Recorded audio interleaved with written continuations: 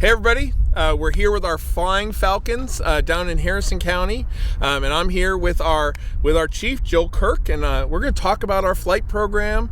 Joel, tell me about the best flight program in the state of West Virginia. And no doubt, I think it's the best flight program in the Northeast. I would extend it past West Virginia. But selective program, we have a very selective process we go through to pick just the best students, and we've got the highest qualification pool at Fairmont State for their GPAs coming out of high school and their test scores. So we have a really elite program here, and our goal at Fairmont State is that small niche market where it's very intimate, and that we have a small group that we train. So we're into the quality of training more than we are the quantity. We're not a pilot mill. We're not just pushing people out the door to get them done or take their money. So that's a little different from a lot of flight programs in this pilot shortage, in that our goal is to make the best aviators we can, not the numbers of aviators. And talk about their success after they're done with our program. What have we seen with our graduates? Yeah, so all of our graduates, 100% job placement. As a matter of fact, we tell our students, don't take the first job you're offered.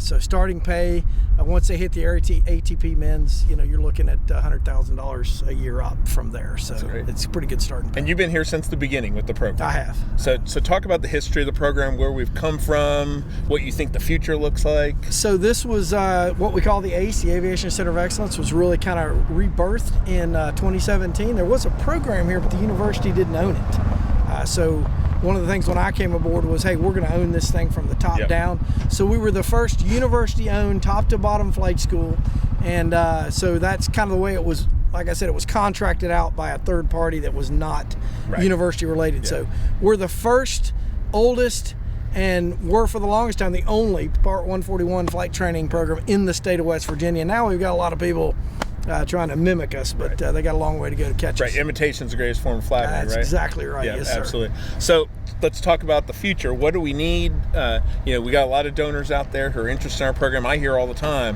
how do I support aviation? What would you tell them? So hang on one second. We got a plane coming in.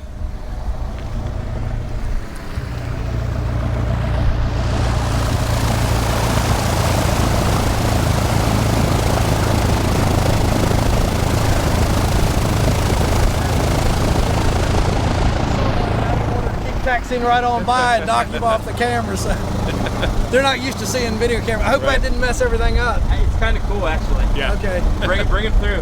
So I can hear you guys. Well, I'm gonna have her shut down there. Okay. I've already shut her down. Do you want me to ask that question again? Yeah, sure. So we have a lot of donors. We hear all the time, what can I do to support aviation? We love what Joel's doing. We love what that program's doing. We see the students. What can donors do to support you? Yeah, so the biggest thing, and this is hands down the biggest problem with infrastructure, obviously airplanes are always aging. That's our biggest concern right now. I ask people all the time if they'll buy us a plane. Right. And that always helps because aviation moves at a very fast pace with avionics and technology, so it's constantly changing. We have an older fleet still serving us well, but obviously that'd be the first. And second only to that is, we've got these very highly qualified students that come in, they're selected for the program.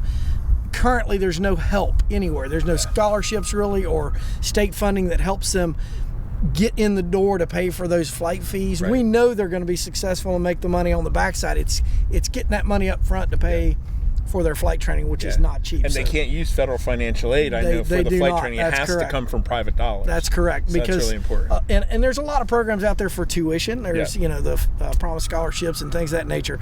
But flight fees specifically, even the GI Bill really no longer covers that for us. So. And what are the flight fees for a student to go through our program? About $60,000 in addition to tuition. Right. So start to finish to the commercial rating, and maybe flight instructors about so $60,000. any amount that people could give towards that would help a lot. Especially, you don't want it to be a barrier for any student who's going to be great up in the air. We don't want it to be that barrier. That's right. So. Even their check rides, just at the end of their syllabus events, a check ride's $800 with the FAA. They got 3 of those. Right. Commercial rating is $30,000. So you're going to a student his junior year and saying, "Oh, it's $30,000 more dollars to get to a place where you can actually earn money." Right. So absolutely, student fees are extraordinary for flight. Yeah. So what is it you think makes our program the best in the Northeast? Number one, I think it's my team. Most of all, I think the level of talent that I've got here with the upper level most all of our senior instructors are ex-military instructors. Then the staff from there on down, we pick, because we're selective, our flight instructors that do the line flight instructing are the best of the best of the best. Yeah, so we are selectively through that screening process. And then lastly, I think it's the economy of what we do. Because if you look at other flight schools that are available around the nation, as an example, the largest, Embry-Riddle, which is the go-to, talk about Embry-Riddle, right? It's $250,000 to get the same flight training that we can here for $60,000. Yeah. Not to say that $60,000 is a lot of money, but why do I want to go pay $250,000 when I can get better training for $60,000, end up in the same seat, making the same money? Absolutely. So. One of the things I think is really interesting about our program is that as students go through the program, they then become trainers. That's correct. So can you talk a little bit about how that works? Because I think that's one of the coolest parts about what we do. Yeah, so, and this is kind of modeled after my experience in the Navy and the Air Force. Both military programs have what they called a first assignment instructor pilot, or the Navy had something called a surgrad. And say a very exceptional student gets picked to roll right back into the program and be an instructor. Why is that advantageous?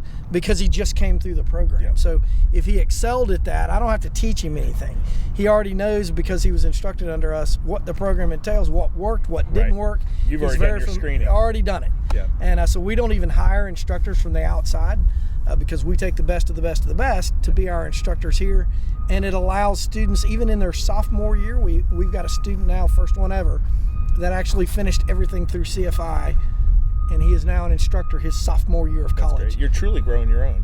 Absolutely, and he's earning a paycheck, $27 an hour while he's in college. It beats the Java juice, if you know what I mean. So, and it allows him 3 years in his career field, getting paid $27 an hour, to just build hours, and he'll have an airline offer before he gets his degree. That's amazing. Yep. So you've heard it here. Best aviation program in the Northeast, one of the best in the country. As far as I'm concerned. Yeah. We just need more support. So if you're out there and you're excited about our aviation program, first of all, you can come down and Joel will give you a tour, show you everything we've got going on here, show you our amazing pilots, and then you can help support us. So visit the Day of Giving webpage, look for aviation, and give when you can. And I'll add one more thing to that. We fly billboards for Fairmont State around the country here with our Falcon airplanes. Absolutely. And we got to get some painted up on the roof. That's right. I want to paint one right on the end of that building right there, so everybody can see it going everybody by. that flies in here sees it. Awesome. Well, thank you, Joel. Yes, sir. Yep.